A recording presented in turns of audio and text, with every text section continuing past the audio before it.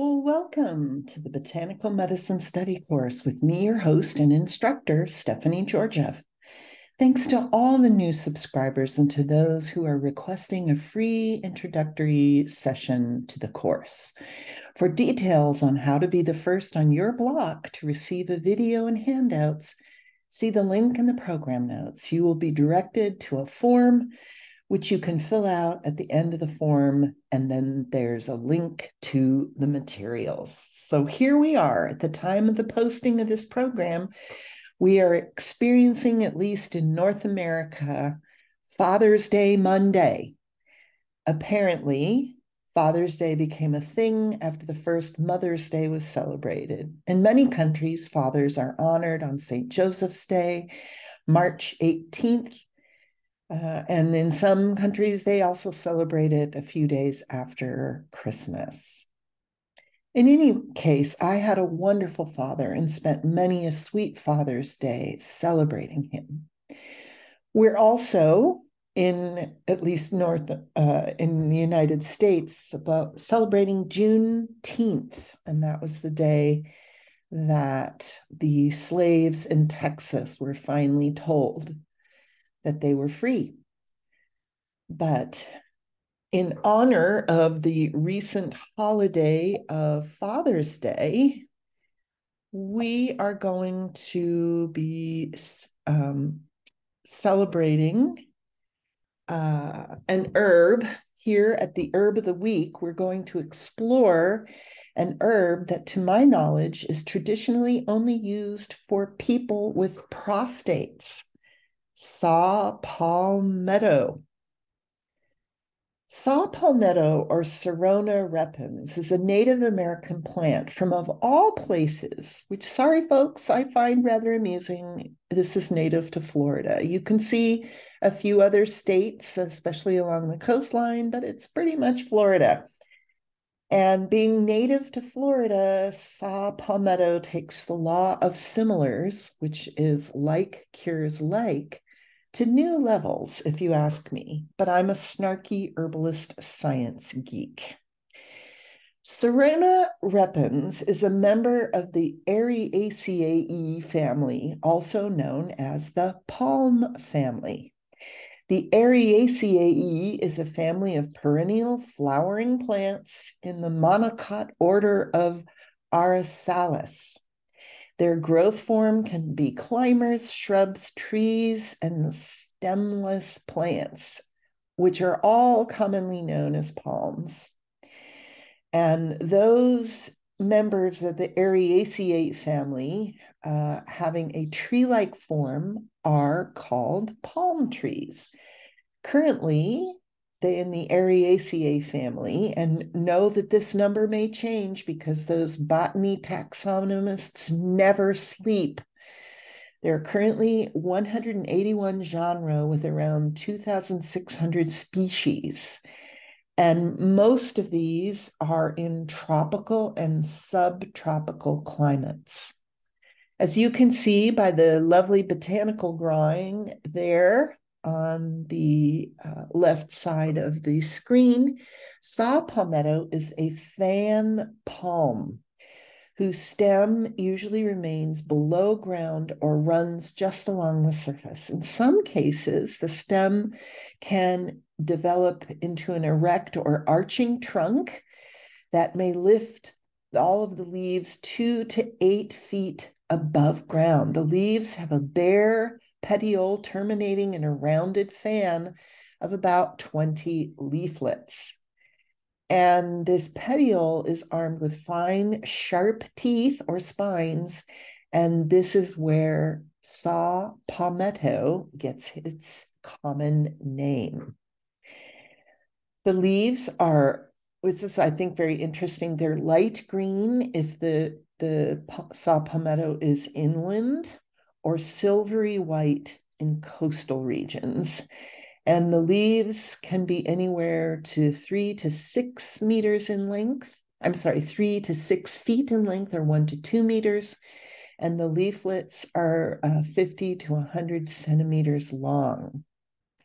Now, the white perfect flowers are borne on stalked panicles that grow from the leaf axils. And the fruit is a fleshy, according to the botanist taxonomists, an ellipsoid drupe, which is a fancy word for fruit like an apple or a berry, which is green or yellow before ripening, but becomes bluish or black as it matures.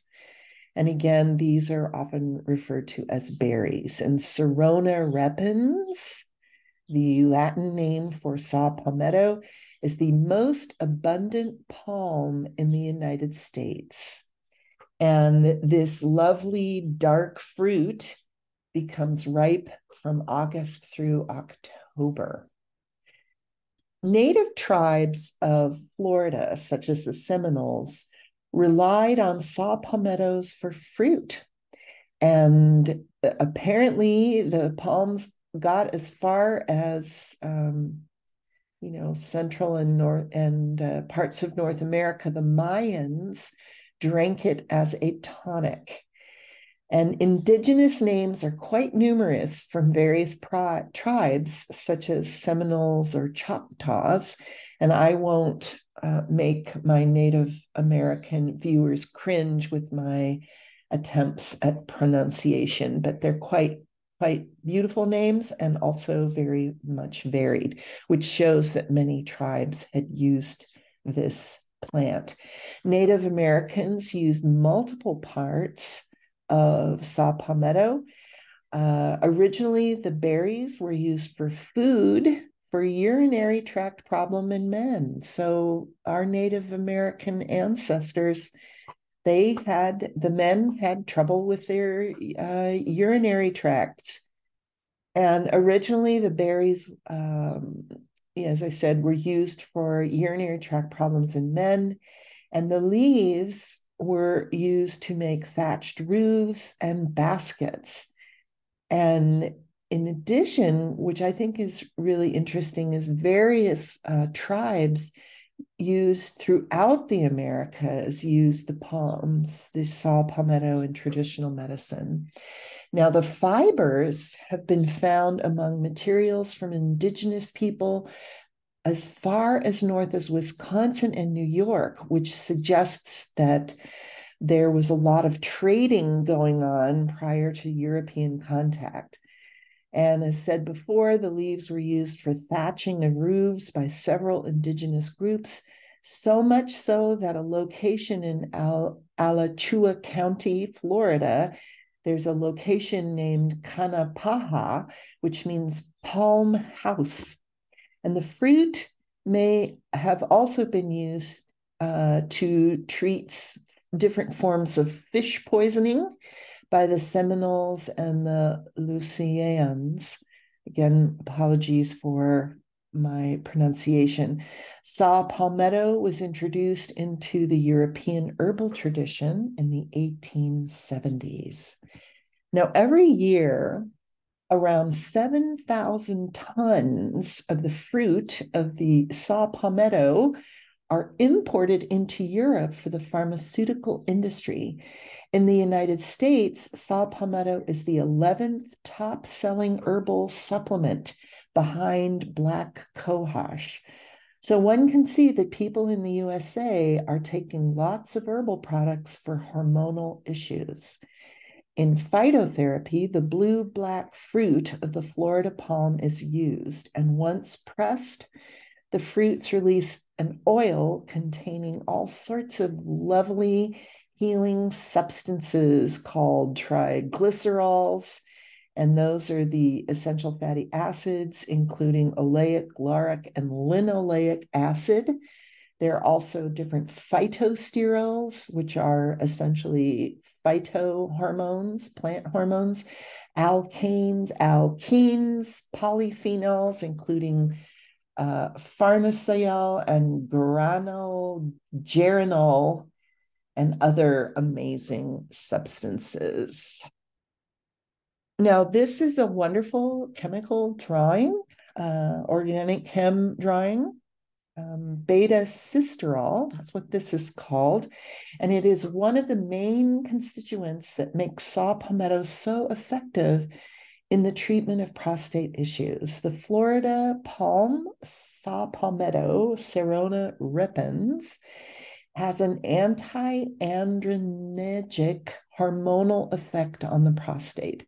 And I know in our days of very hypersensitivity to anything to do with gender and masculinity, an anti-androgenic is not what would one consider a positive attribute, but this substance here, it inhibits the enzymes responsible for the conversion of testosterone into dihydrotestosterone, or commonly known as DHT.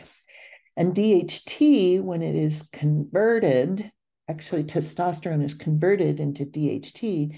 This is a powerful androgen which causes havoc in the male body, specifically to the prostate.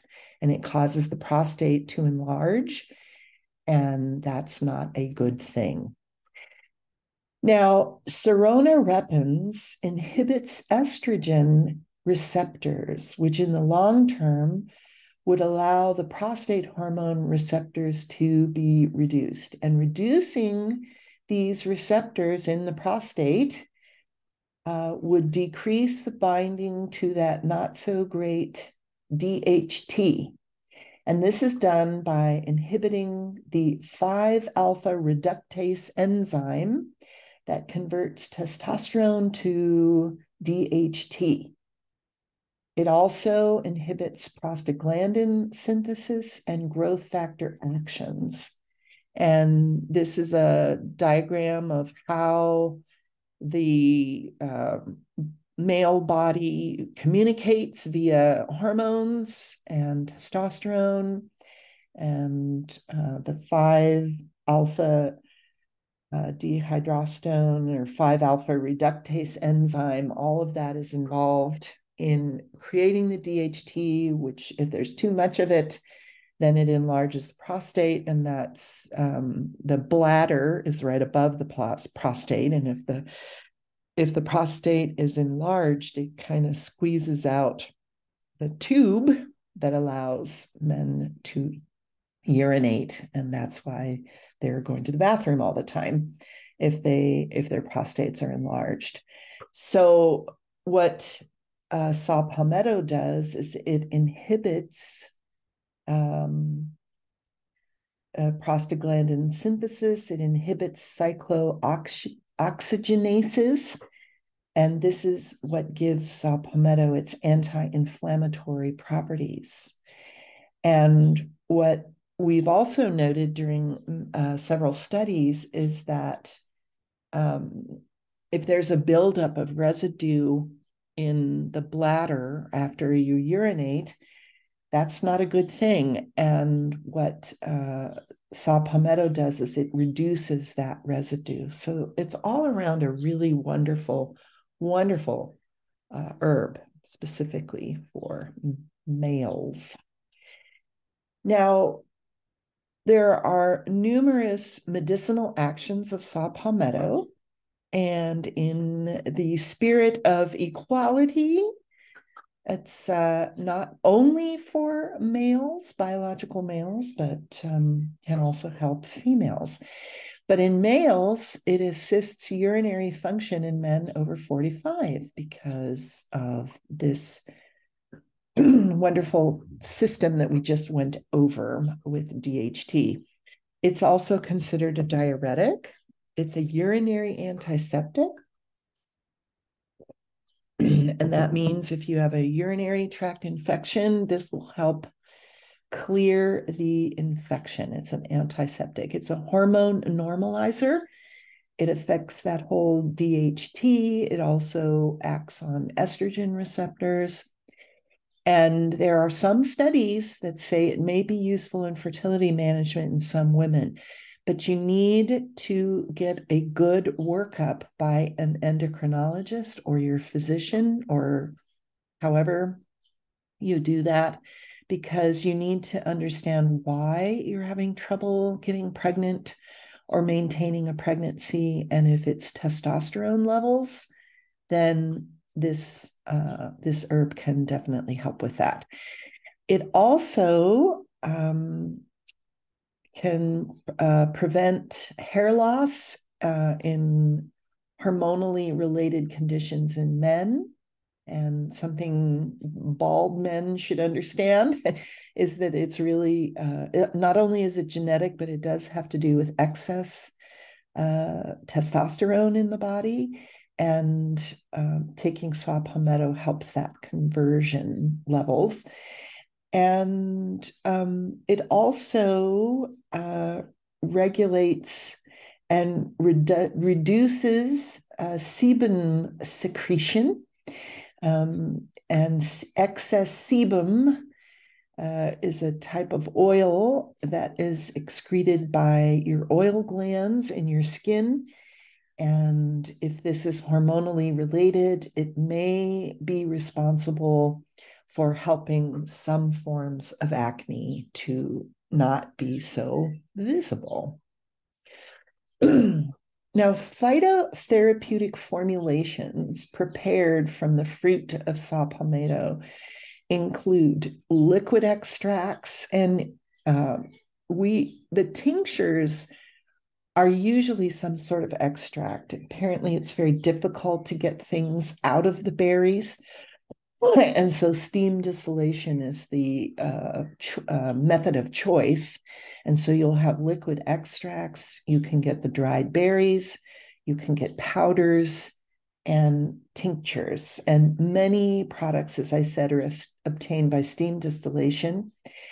And numerous over-the-counter herbal products often combine things that are helpful to the male reproductive and urinary system. So make sure you're reading that label. If you only want Saw Palmetto, make sure that that's on the label, and it's Serona repens, but they will combine different substances that are very good for male urinary and reproductive tract health, such as nettles and pumpkin seeds. Now, the most frequently reported adverse effects of Saw Palmetto are abdominal pain, diarrhea, and that's the British spelling, so our British watchers can feel included, nausea, fatigue, headache, decreased libido, and rhinitis, which is a fancy Latin medical term for runny nose. I have no idea why the rhinitis happens, but apparently it does. And we also need to be aware that Saw Palmetto can cause increased bleeding when taken with warfarin and blood thinners.